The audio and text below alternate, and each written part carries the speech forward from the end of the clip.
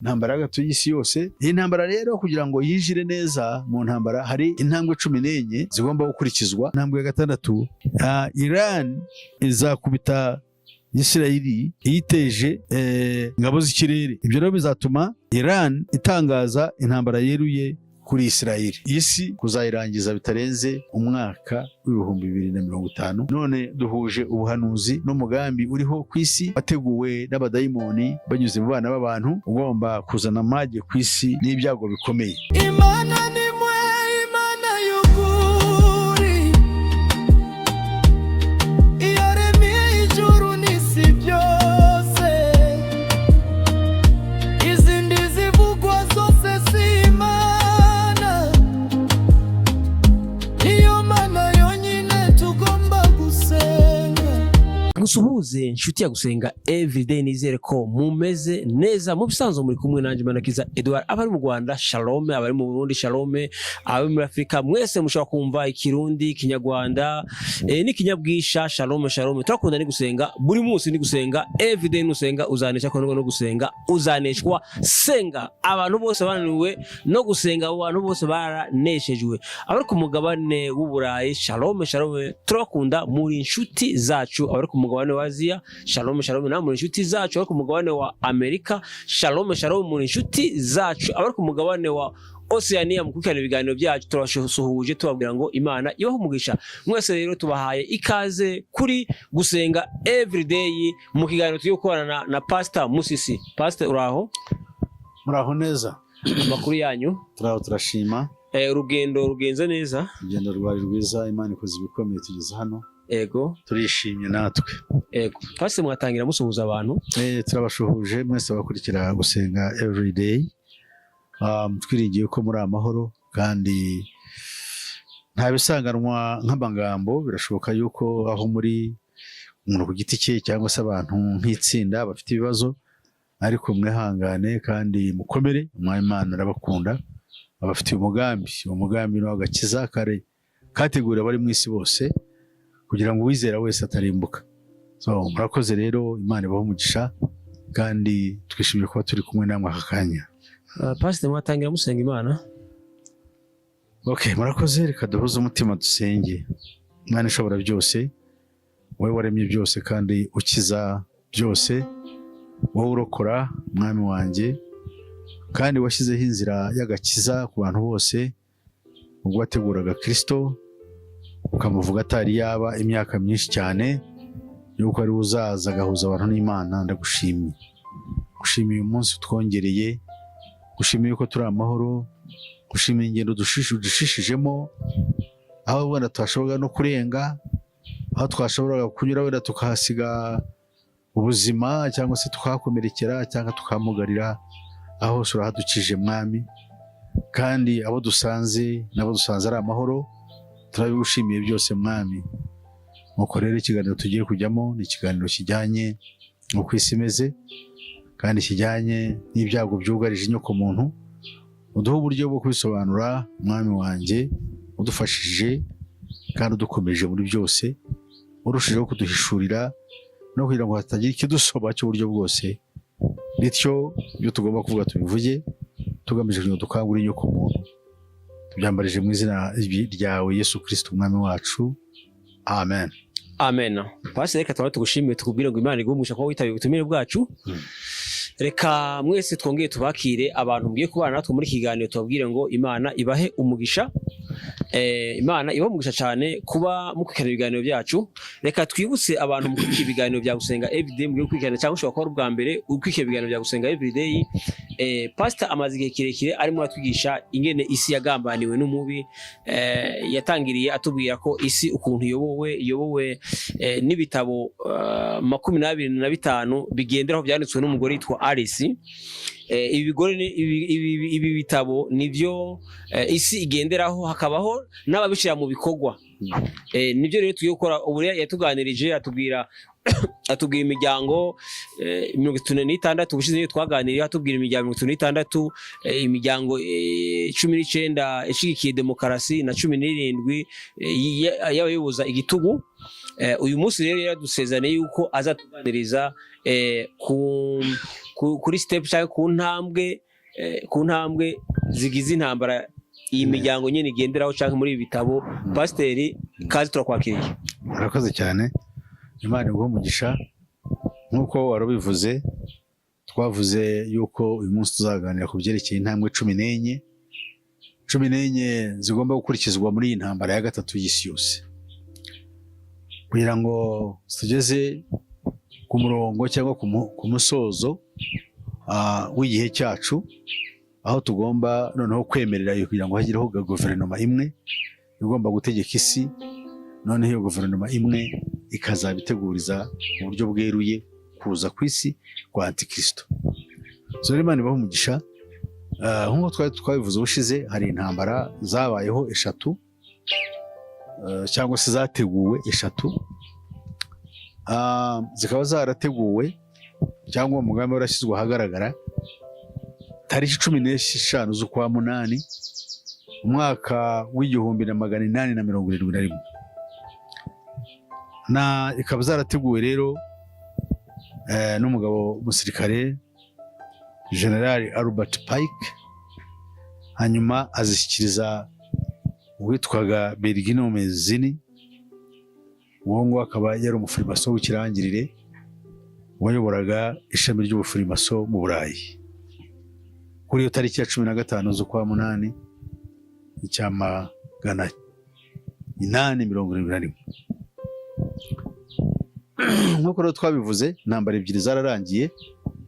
Iya mbere niyo yiswe nyine iya mbere y'isi yose, yabayeho hagati ya 14 cyangwa icyama 914 kugira icyama 918. Amaguru mashya ihita ikurikizwa niyabayeho mu cyama 939 kugera mu cyama 945. Izo ntambara rero, iyo ntambara yabaye icyo gihe. Iya mbere yashenye ubwami bwa Roma ntagatifu.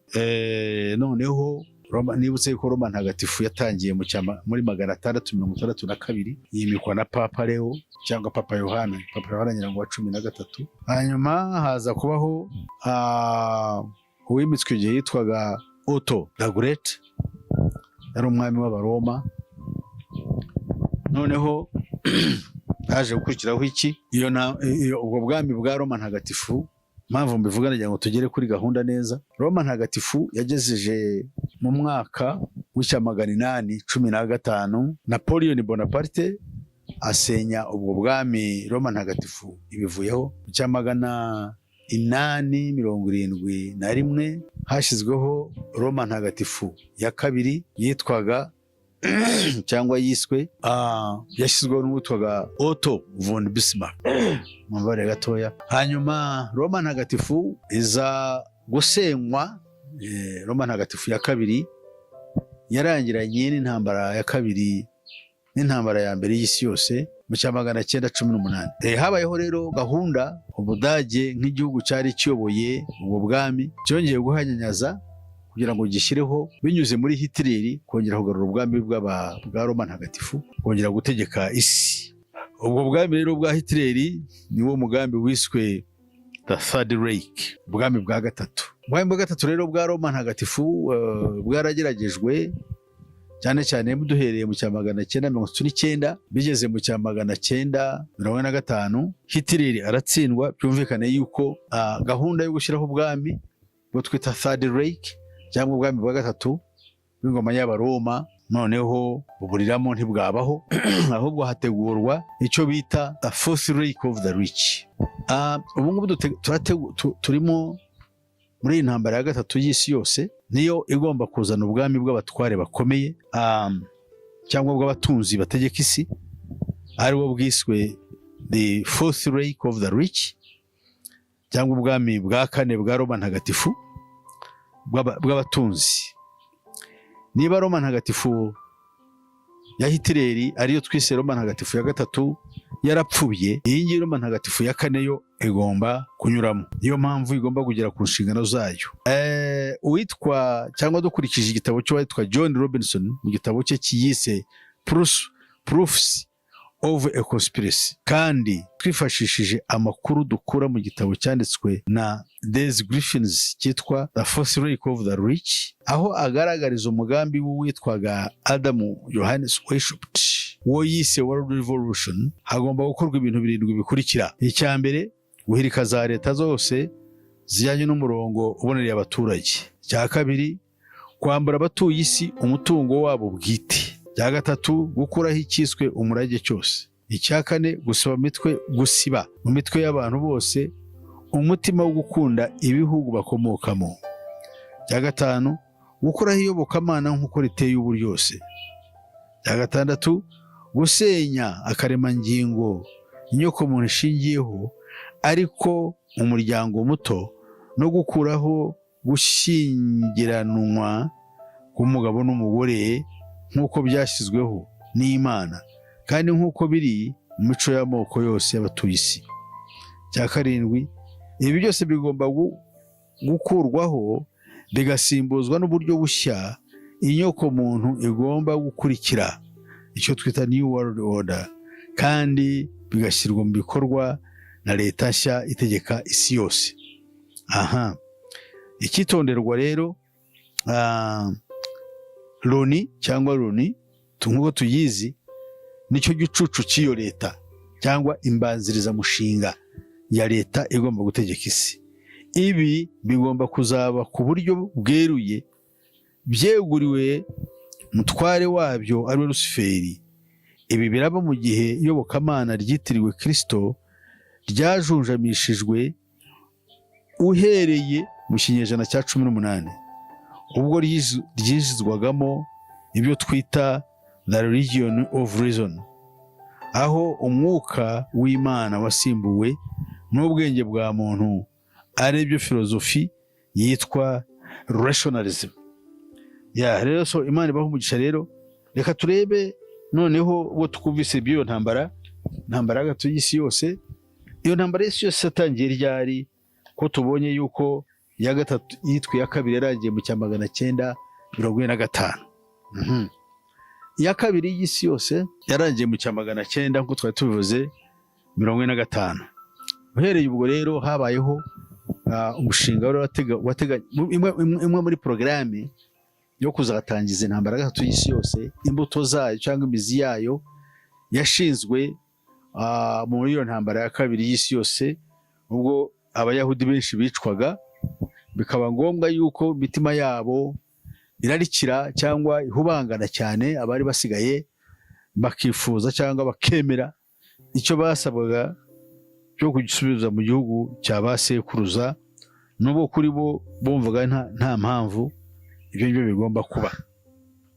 Iyo ntambara rero igeze hagati cyangwa se irangiye, iyo gahunda yarakomejwe hifashishijwe gahunda yo kuzayitangiza hifashishijwe imyizerere y'abantu, guhanganisha cyangwa kuryanisha abantu hifashishijwe amadini yabo. Ibyo ariko byagombaga kugira uko bitangira n'imbarutso zabyo, nanone zagombaga gushingira ku by'abantu uko twabibonye by'abantu bapfa kuko batabyizera kimwe.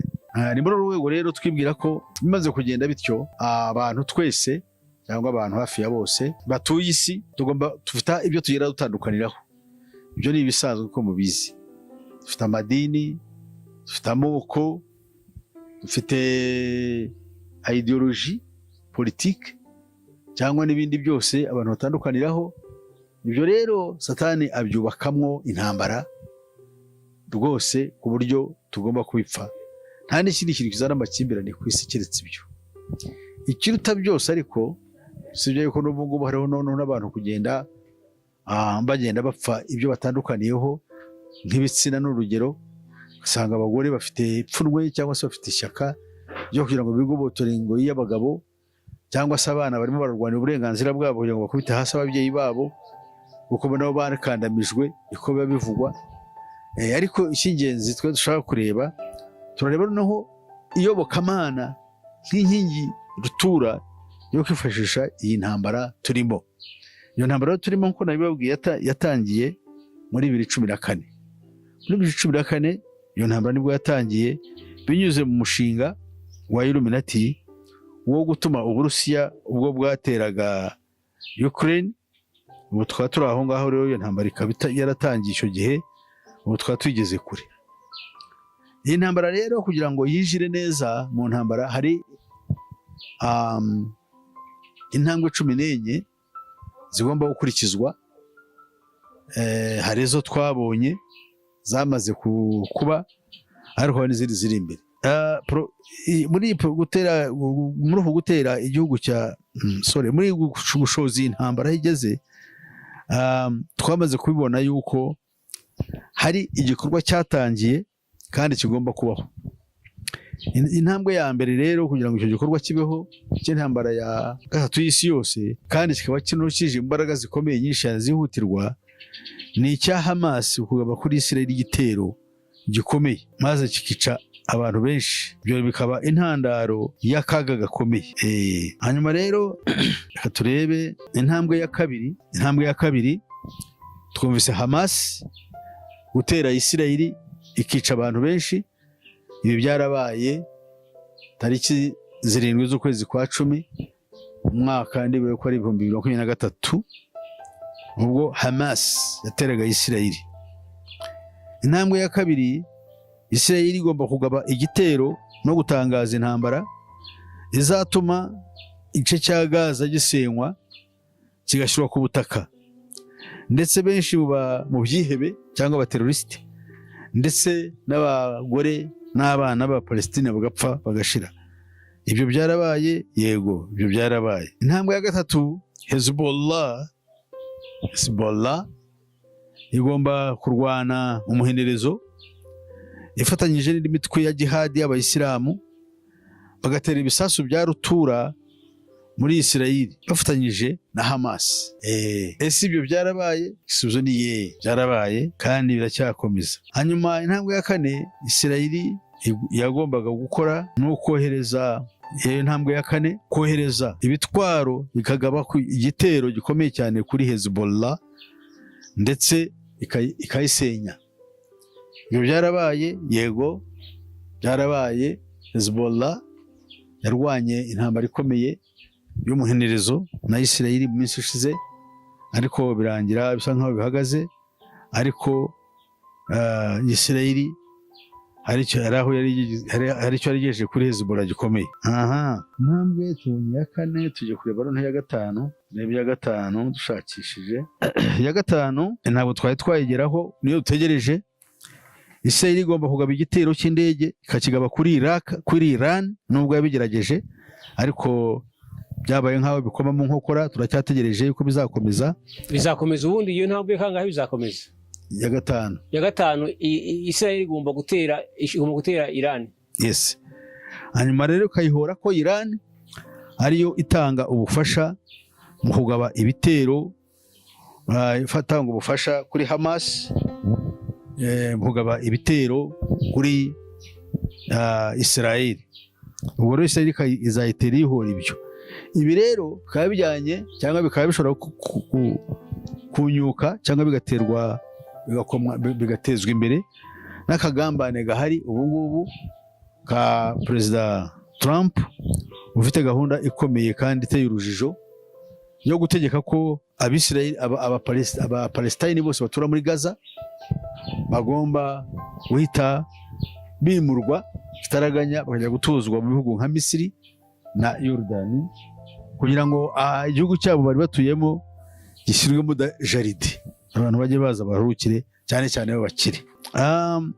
Cyo rero nibitangira ibyo nibiramuka bibaye, ibyo ntibyari byaba turabitegereje. Ari byo ntego ya gatandatu rero, cyangwa intambwe ya gatandatu, Iran izakubita Israel iyiteje ingabo z'ikirere. Ibyo rero bizatuma Iran itangaza intambara yeruye kuri Israel. Iyo ni intambwe ya gatandatu.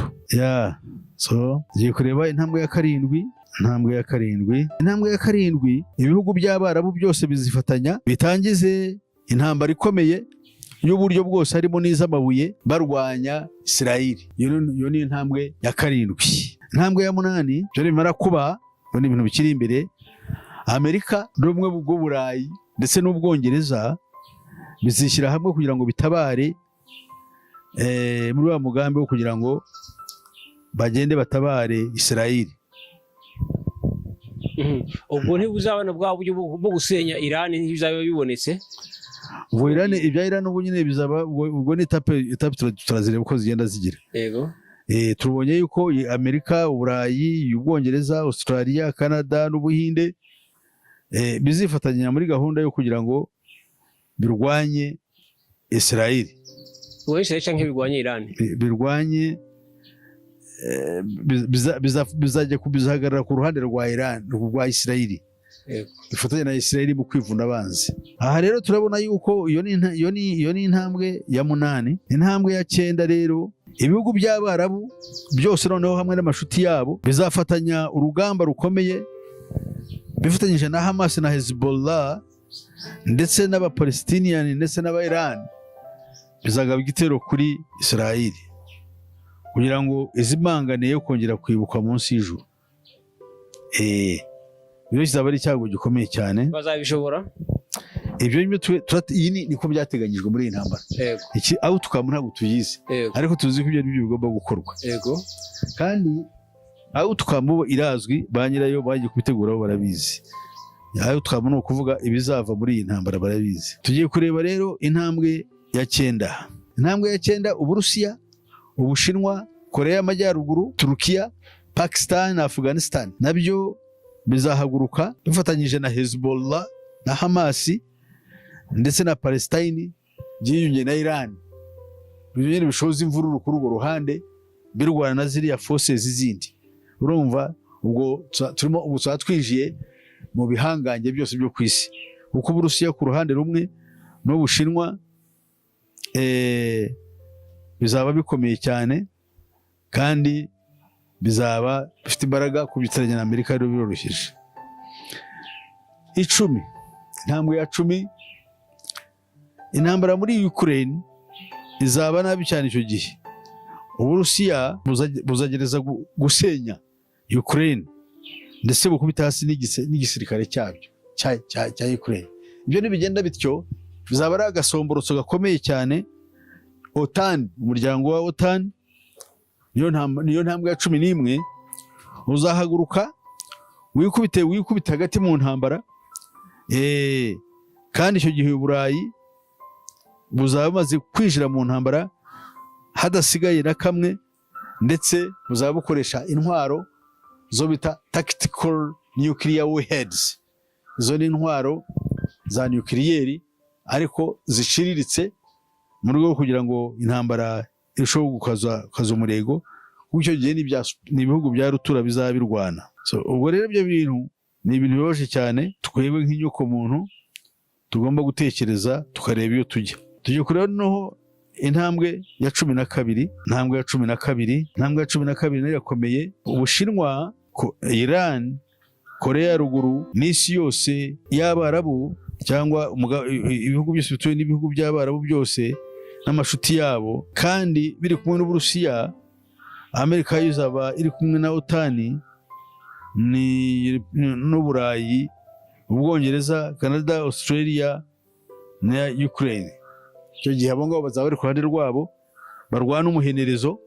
Ibihugu byo migabane yombi y'abantu batuye isi ni igomba kurwana, kandi ibyo bitegereje bigomba rero kurwana bigaca bigacika aho bigana ntituhazi. Intambwe rero ya 13 ruteye ubwoba. Nimara kugenda bityo, Ubushinwa nabwo buzatera icyo twita ikirwa cya Taiwan, bagitere bagitegeke, kandi ibyo bizatuma Ubushinwa bushaka gushorera imizi muri icyo kirwa kugira ngo cya Taiwan bugitegeke. Ko kugeza ubu ntabwo twari twabona icyo gihugu kigira uburyo cyangwa icyo kirwa kigenga, ariko ubu kiri mu nzira, kandi tubona buri gihe hariho ubushyamirane hagati yabwo n'Ubushinwa. Ariko ibyo bigomba kuba mu gihe bigaragaye yuko abatware b'isi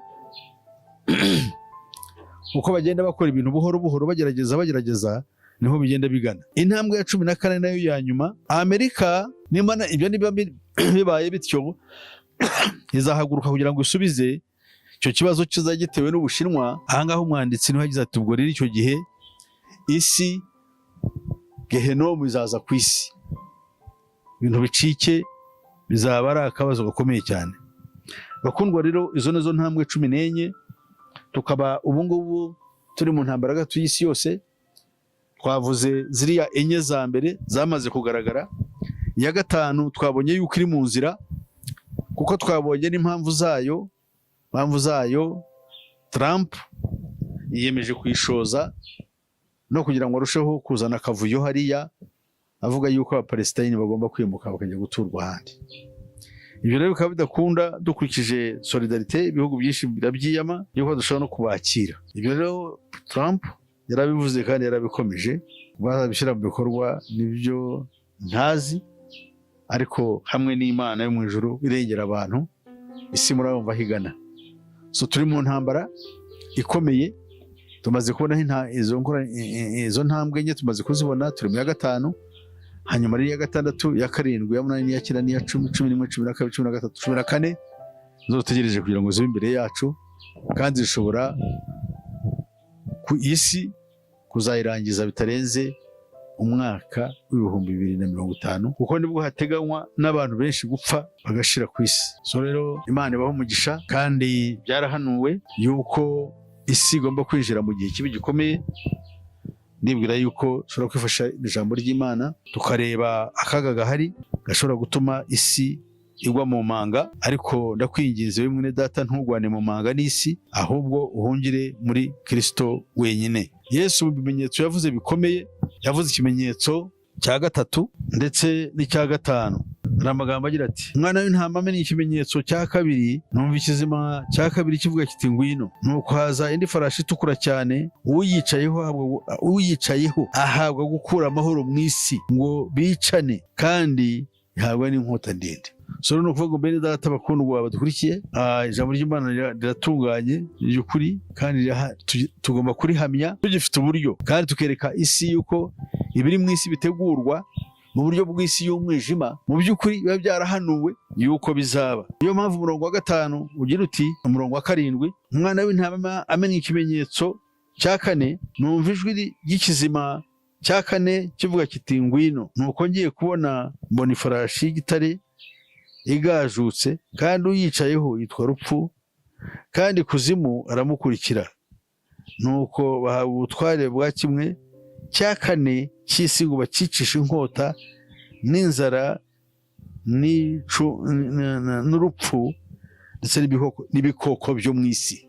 Okay, bakundwa rero, Imana ibaho umugisha. Ubuhanuzi ntabwo tujya tubwitaho, ndavuga ubuhanuzi bwa Bibiliya, kandi Bibiliya twigisha yuko aribwo buhanuzi bwonyine dukwiriye kwitaho kugira ngo tugenzure turebe aho isi igana. None duhuje ubuhanuzi n'umugambi uriho ku isi, wateguwe n'abadayimoni banyuze mu bana b'abantu, ugomba kuzana amage ku isi n'ibyago bikomeye. Aba rero ngira ngo mutekereze mwitonze icyo gikorwa kimeze gityo, kandi Imana ibafashe kugira ngo mubyiteho kandi mubyumve. Imana yo mu ijuru ibaho umugisha.